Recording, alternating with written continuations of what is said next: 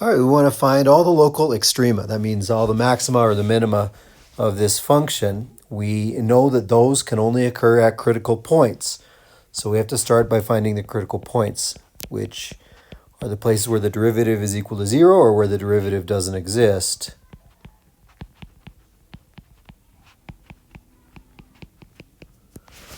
All right, so here are this is the derivative.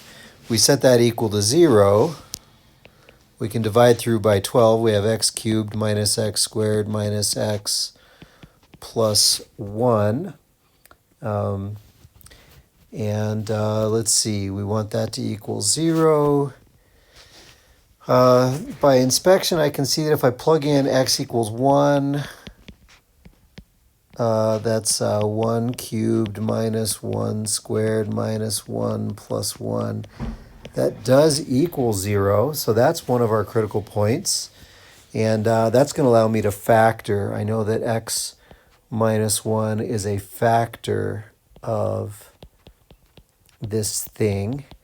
So I can do the division. I can say x goes into x cubed, x squared times. That gives me x cubed minus x squared.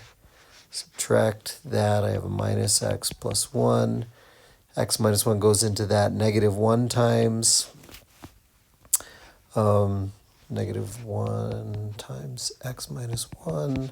So that goes in evenly. So our function, our f prime, is actually equal to x minus 1 times x squared minus 1, which is x minus 1, x minus 1, x plus 1.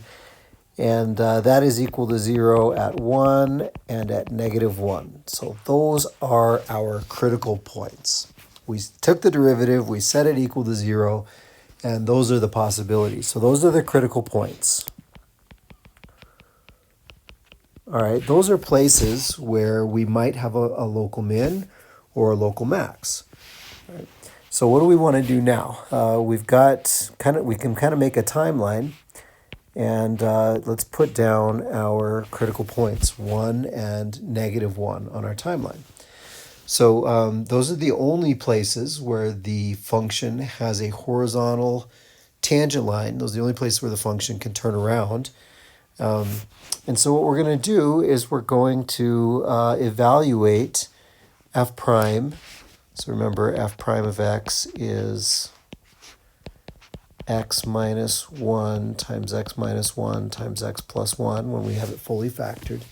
We're going to evaluate this in each interval on this number line.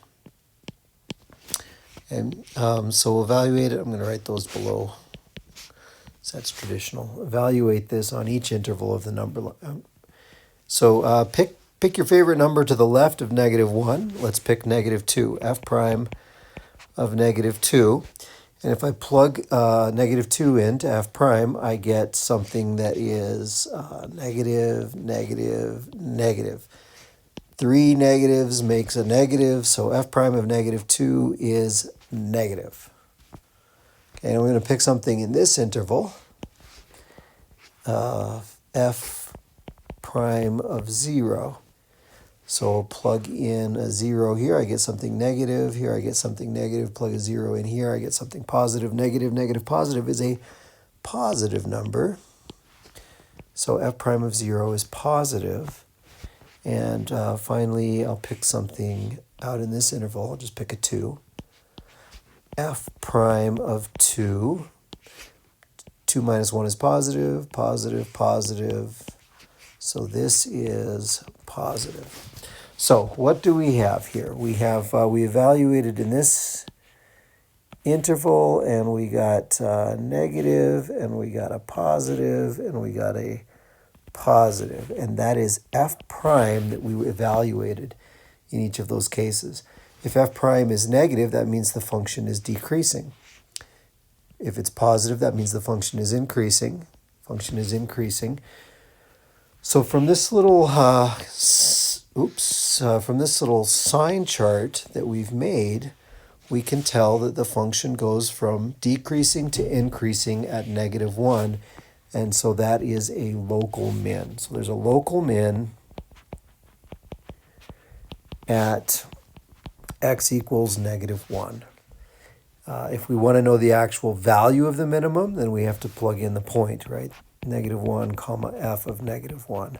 We would evaluate f at -1 to know the actual point of the minimum or the actual minimum value. So that's our answer. There's nothing going on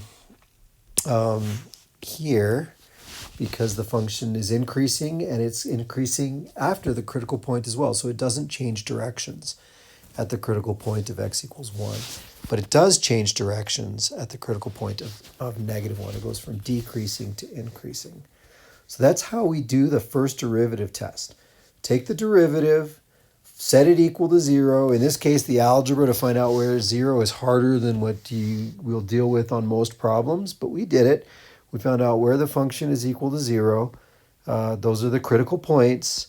We make our sign chart. We evaluate the derivative in between regions on our sign chart, in between our critical points, to see if the function is increasing or decreasing, to see if it turns around. And those critical points are the only place where it could turn around and go from increasing to decreasing or vice versa. And so those are places where we can have a local min or a local max. That is the first derivative test.